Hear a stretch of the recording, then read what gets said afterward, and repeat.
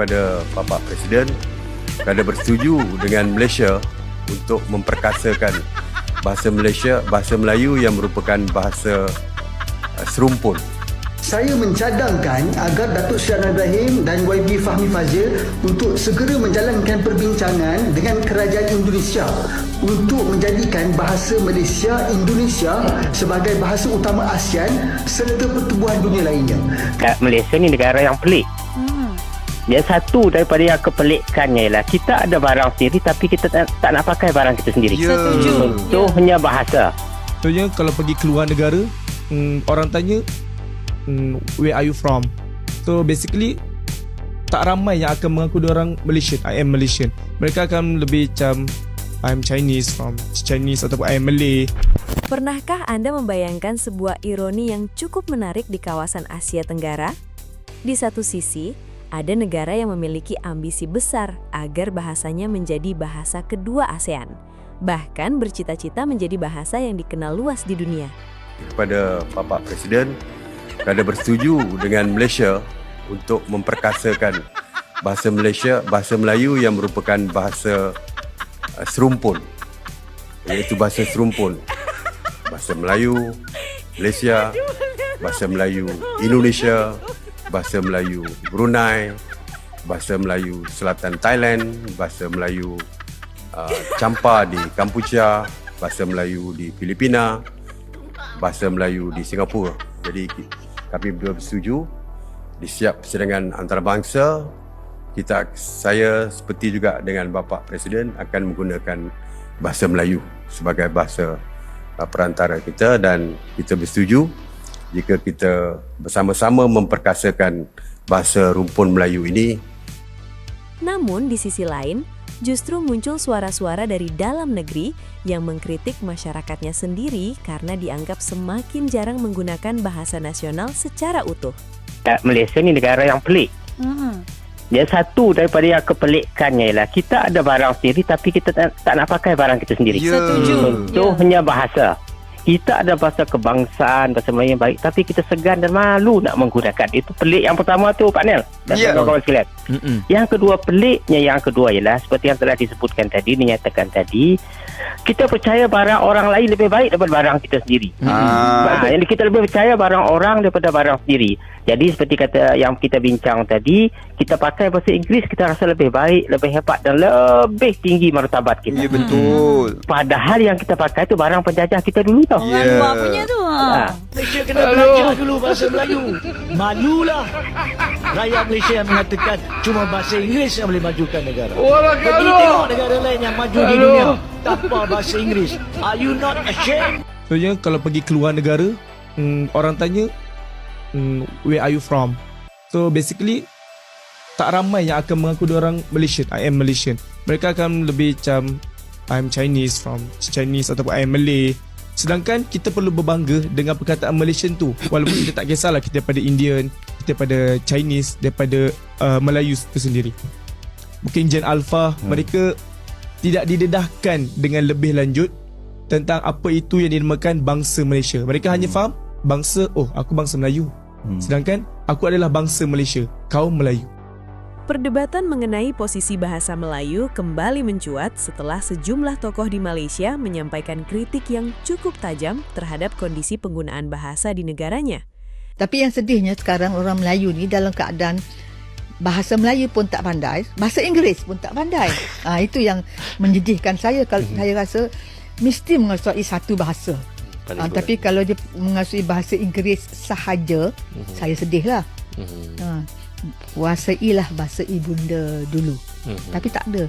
Kita rasa kepada bahasa ibunda tu dah belum ada lagi. Dah hilang. Saya sekarang risau sebab orang Melayu, pada hemat saya lah, hanya menggunakan bahasa untuk perhubungan. Belum lagi menggunakan bahasa untuk nilai estetik yang tinggi. Bergurau senda dalam bahasa yang indah, ya. Menyampaikan mesej dalam cara yang cita rasanya luar daripada biasa. Saya rasa orang Melayu dah tak pandai, kena belajar balik.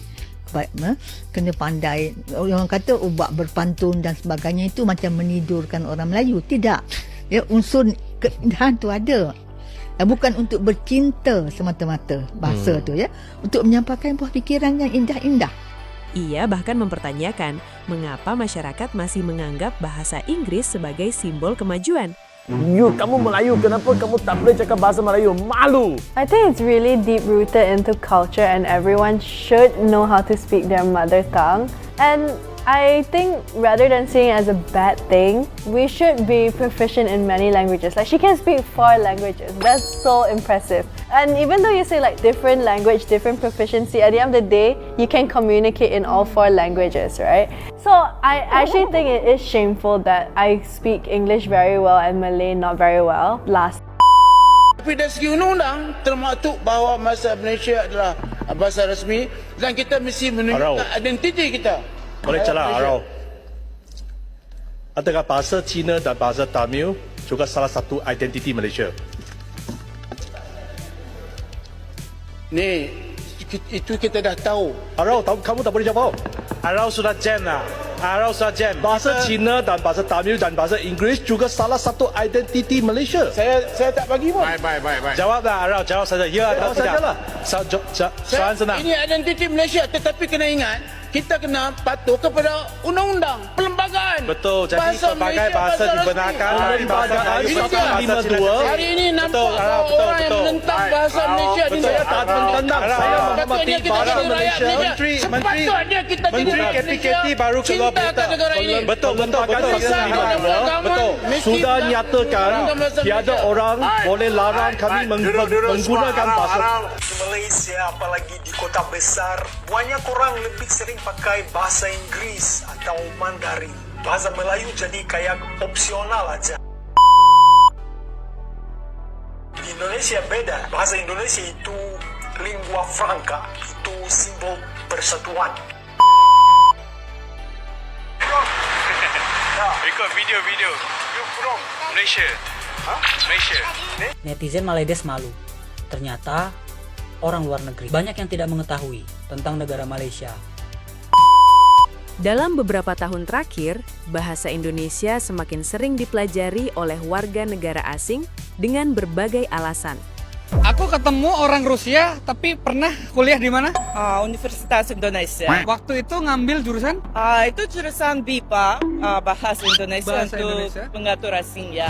Saya ikut program Dharmasiswa, itu beasiswa untuk orang asing yang didanai pemerintah Indonesia. Liza, kenapa mau kuliah di Indo? Kan kampus di sini bagus semua. Ya bagus, tapi jurusan saya di Rusia Bahasa Indonesia.